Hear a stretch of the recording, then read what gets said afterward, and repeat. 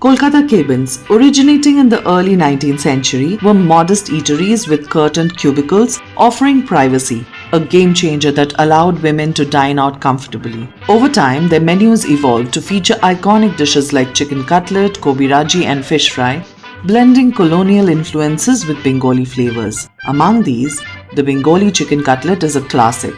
Crafted with minced chicken, juicy, flavorful, and fried to golden perfection. It's a cabin staple and a favorite at Durga Puja food stalls too. Notable spots like Boshanto Cabin, Dhiren Cabin, Mitro Cafe remain nostalgic symbols of Kolkata's culinary history.